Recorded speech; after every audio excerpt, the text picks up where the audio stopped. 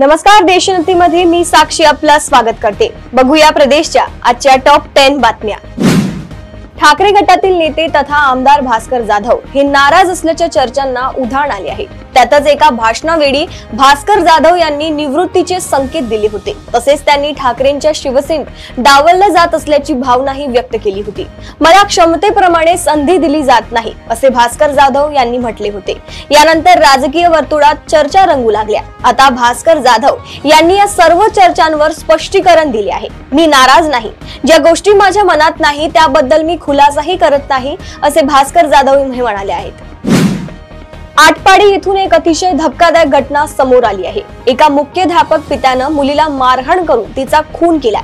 मुलीला नीट चाचणी परीक्षेत कमी गुण मिळाले होते। या रागातून वडिलांनी मुलीला बेदम मारहाण केली। त्या मारहाणीत मुलगी गंभीर जखमी झाली आणि तिचा दुर्दैवी मृत्यू झालाय। आटपाडी तालुक्यातील नेलकरंजी इथं हा संतापजनक प्रकार घडलाय। आरोपी पिता थोंडीराम भोसले यांच्या विरोधात आटपाडी पोलीस ठाण्यामध्ये गुन्हा दाखल करण्यात आला असून पोलिसांनी त्याला अटक केली आहे।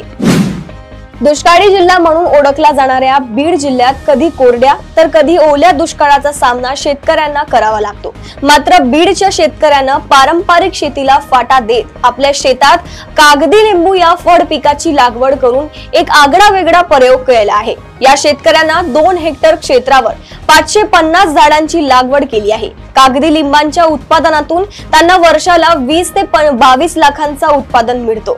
शशिकांत गणेश इंगोले असे या दिव्यांग शेतकऱ्याचं नाव आहे। साईबाबांच्या भक्तांसाठी एक महत्त्वाची माहिती समोर येत आहे। व्हीआयपींना ब्रेक दर्शनाचा लाभ आता दिवसातून केवळ 3 वेळाच घेता येणार आहे, अशी माहिती साईबाबा संस्थानचे मुख्य कार्यकारी अधिकारी गोरक्ष गाडीलकर यांनी दिली आहे। विशेष म्हणजे गेल्या काही दिवसांपूर्वीच माजी खासदार डॉक्टर सुजय विखे यांनी शिर्डीत ब्रेक दर्शन सुरू करण्याची मागणी केली होती। मध्य आणि कोकण रेल्वे मार्गावर सुरू असलेल्या CSMT मडगाव वंदे भारत एक्सप्रेसच्या शेकडो फेऱ्या रद्द होणार आहेत। कोकण रेल्वे मार्गावरील पावसाळी वेळापत्रकामुळे मुंबई गोवा वंदे भारत एक्सप्रेसच्या अप आणि डाऊन फेऱ्या कमी करण्यात येणार आहेत। जळगाव तालुक्यातील मोहराळा या गावातून बेपत्ता व नंतर 5 दिवसानंतर विहिरीत मृतदेह आढळलेल्या 19 वर्षीय तरुणाचा खून झाल्याचे स्पष्ट झाले असून धक्कादायक माहिती पुढे आली आहे। या गुन्ह्यात एका निलंबित पोलीस कर्मचारीचा सहभाग असल्याचे उघडकीस आल्याने एकच खळबळ उडाली आहे। नाशिकमध्ये 2027 मध्ये कुंभमेळा होणार आहे। यासाठीची तयारी आतापासूनच सुरू करण्यात आली आहे। कुंभमेळ्याला भाविकांची अलोट गर्दी होते। अशा स्थितीत आवश्यक रस्त्यांची निर्मिती करण्यास केंद्रीय रस्ते वाहतूक मंत्री नितीन गडकरी यांनी तत्वतः मान्यता दिली आहे। यासाठी DPR करून त्याला निधी उपलब्ध करून दिला जाईल असा निर्णय नाशिक सिंहस्थ कुंभमेळ्याच्या बैठकीत घेण्यात आलाय। ही बैठक रविवारी 22 जून रोजी नागपुरात पार पडली।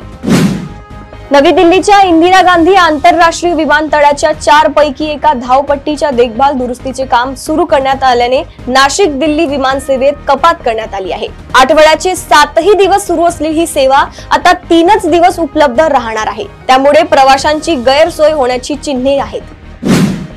आळंदी येथील संत ज्ञानेश्वर महाराज आणि देहू येथील संत तुकाराम महाराज यांच्या पालख्या 2 दिवस पुण्यात मुक्कामी होत्या। 2 दिवसांच्या मुक्कामानंतर या पालख्या पंढरपूरच्या दिशेने मार्गस्थ झाल्या।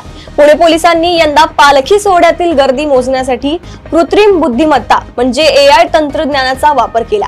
प्रयागराज येथे झालेल्या कुंभमेळ्यातही गर्दी मोजण्यासाठी AI तंत्रज्ञानाचा वापर करण्यात आला होता। त्याच धर्तीवर पुण्यात AI कॅमेरे वापरून प्रथमच गर्दी मोजण्यात आली। पालखी सोहळ्यानिमित्त पुण्यात तब्बल 5 लाख वारकरी येऊन गेल्याचे AI कॅमेऱ्याच्या माध्यमातून समोर आले आहे।